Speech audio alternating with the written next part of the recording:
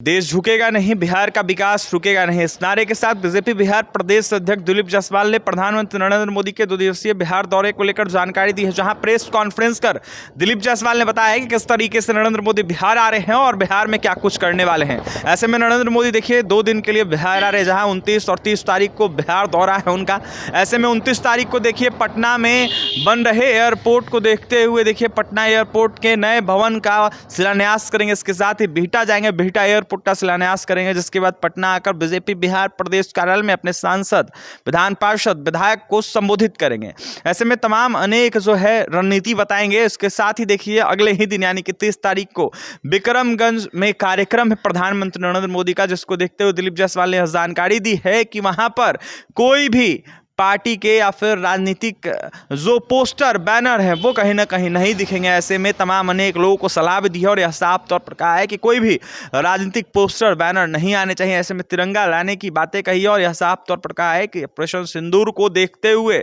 उसके बाद बिहार दौरा नरेंद्र मोदी का हो रहा है और कहीं ना कहीं यह काफ़ी खास दौरा माना जा रहा है। इसके साथ ही दिलीप जायसवाल ने तमाम अनेक जानकारी देते हुए क्या कुछ कहा है, सुनवाते हैं आपको। जैसा कि मालूम है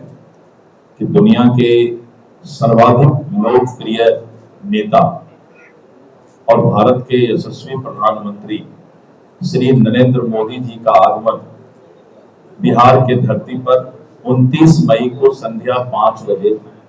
पटना एयरपोर्ट पर हो रहा है। और पटना एयरपोर्ट जो विश्व स्तरीय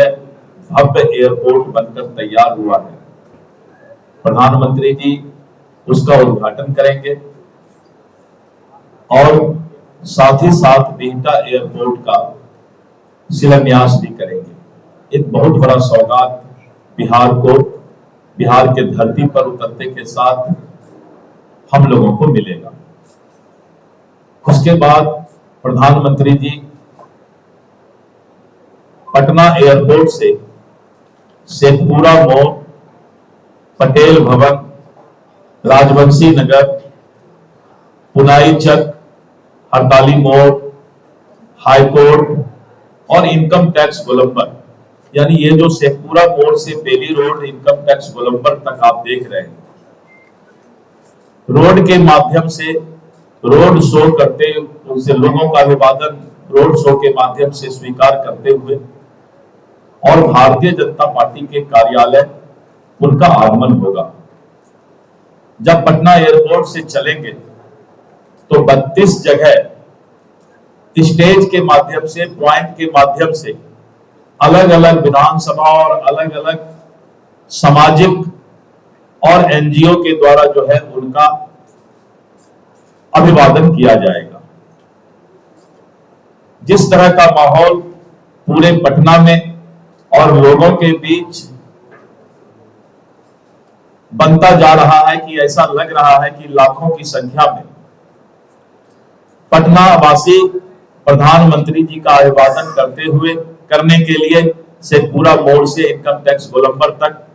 बाईं तरफ, रोड के बाईं तरफ सभी लोग खड़ा होकर के उनका स्वागत करेंगे। विभिन्न तरह का स्टेज पर जो है कार्यक्रम भी चलता रहेगा और अभिवादन का किसी राजनीतिक दल के बैनर के तले उनका अभिवादन नहीं है, क्योंकि प्रधानमंत्री जी का आगमन ऑपरेशन सिंदूर के बाद हो रहा है। आपने देखा था कि जिस तरह पहलगाम में निर्दोष सैलानियों का आतंकवादियों ने निर्मम हत्या किया था और निर्मम हत्या के बाद प्रधानमंत्री जी झंझारपुर मिथिलांचल के धरती से पूरे दुनिया को ये संदेश दिए थे कि आतंकवादियों की सजा सपना में भी जो नहीं सोचा होगा वो भारत देने का काम करेगा। और उसके बाद ऑपरेशन सिंदूर और भारतीय सेना का शौर्य और पराक्रम, 22 तारीख की घटना और 22 मिनट में पाकिस्तान के पूरे राडार सिस्टम को पैरालाइज्ड करके और जिस तरह से 9 आतंकवादी ठिकानों को निस्ताबूद किया गया और 100 से ज्यादा दुर्दांत आतंकवादियों को मौत का घाट उतारकर, और दूसरे दिन जब पाकिस्तान में आतंकवादियों का जनाजा और अर्थी निकला तो पूरा दुनिया ने नए भारत को देखने का काम किया।